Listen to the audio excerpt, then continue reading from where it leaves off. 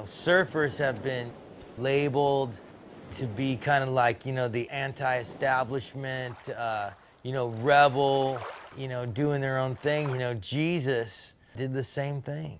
We give you glory, give you praise. You are the truth, you are the light at my feet. Radical people are finding how radical Jesus Christ really was. I mean, he was punk rock.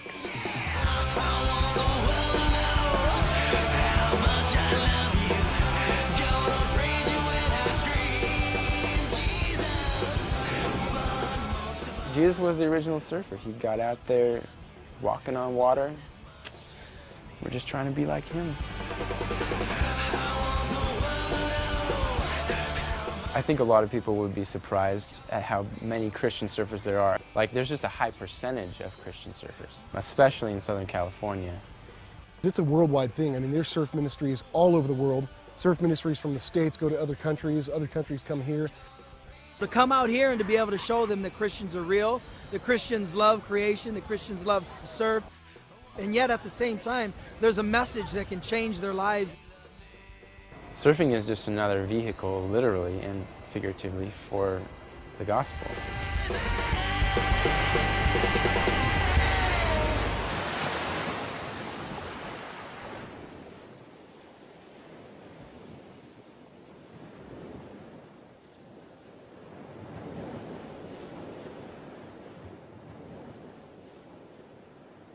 This ministry is more than surfing. It's way more than surfing.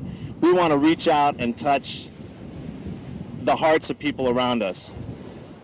God laid on my heart a while back that the church needed to come out of the four walls and come to the beach and hopefully be able to reach the surf community.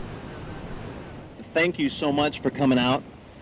There's so many new faces this time. It kind of blows my mind, actually. We've got people from the Adventist faith. We've got people from Calvary Chapel. We've got people from Lutheran backgrounds, Catholic backgrounds.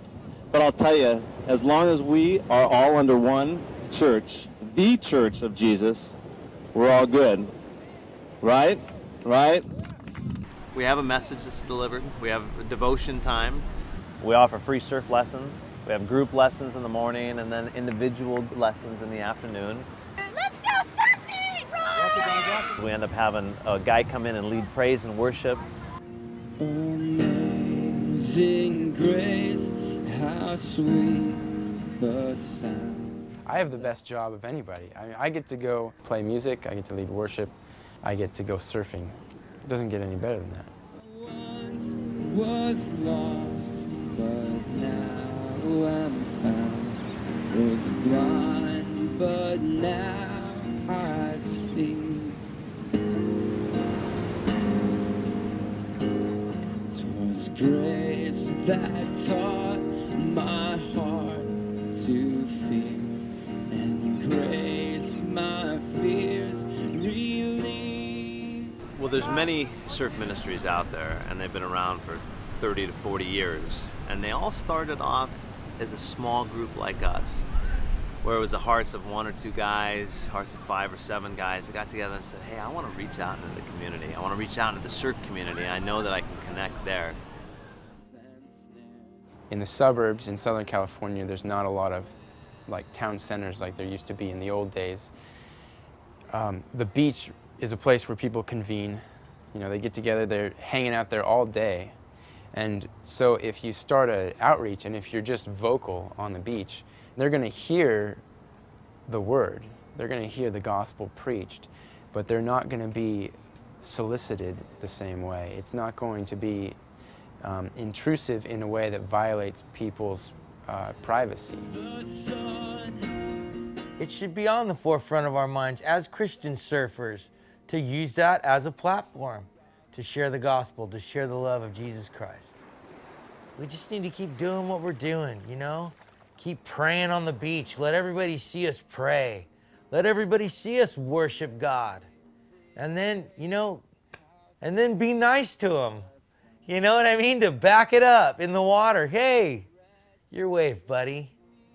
There's pretty much always a sense of nervousness. When you go out and you want to preach the gospel publicly, sometimes you get people who don't want you to be there. You know, sometimes they'll call you out on something publicly and demand an answer. And, you know, they need to be treated with respect and given an answer. But that makes me nervous a little bit sometimes, the idea of confrontation. You know, surfers used to be outlaws, you know? And I think that surfers definitely are like, ugh, you know, religion, you know, that's why I say that they say, this is my church. You know, this is where I come to talk to God. This is where I come to pray. I hear a lot of them say that. And they're like, no way, man, I'm not going to church. I don't want that religion. And in a sense, and I understand where they're coming from. You know, we don't need to be, you know, slamming people over the head with the Bible. You know, we need to be loving them. Not condemning them, but loving them. And, you know, you just let God do the rest. There tends to be a commonality amongst surfers where you share a certain spirituality, whether you believe in God or whether you believe in something completely different that may not happen from some guy in a business suit. Surfers are prime candidates to have a relationship with Jesus Christ just because it's so spiritual to be out there. Sometimes seminal frame, water way to feel alright. I feel like God teaches me a lot when I'm surfing. I realize my weakness through surfing. I go out there sometimes thinking that I'm a Superman, that feeling like I'm somehow like over the ocean. And then I get pounded and I realize, you know, that I'm a weak mortal. And it's the nearest faraway place, and we're the only ones that know. You know, I'm in God's creation. He made this. I'm interacting with it. And that's what really, I think, creates a sense of awe. Oceans now like castles in the sand. I mean, just being in the water on my board and, you know, looking up to the sky and just praying, there's just peace. It's just an awesome place. It's an awesome prayer closet.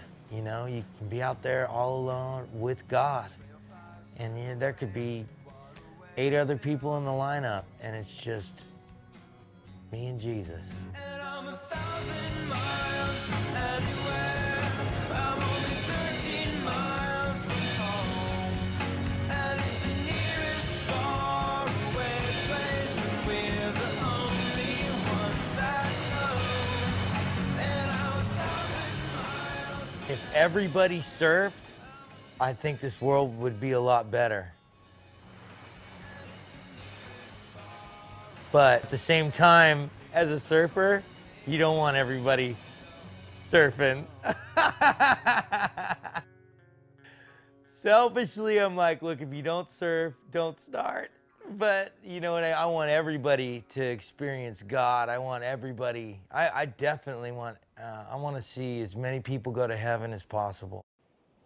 Lord, if there's anyone who's broken here today and hurting and needs a touch of you, I pray that you open up the heavens and that you show them how much you love them. Before Jesus Christ, my life was definitely in turmoil. You know, all I really ever did was try not to get high and try not to get arrested. And for some reason, I just couldn't make that happen. You know, I just remember the very last time I went to jail, I remember crying out in the cell, just like, God, if you're real, please help me. Please help me, because I'm so tired. I'm so tired, and I know that there's got to be more to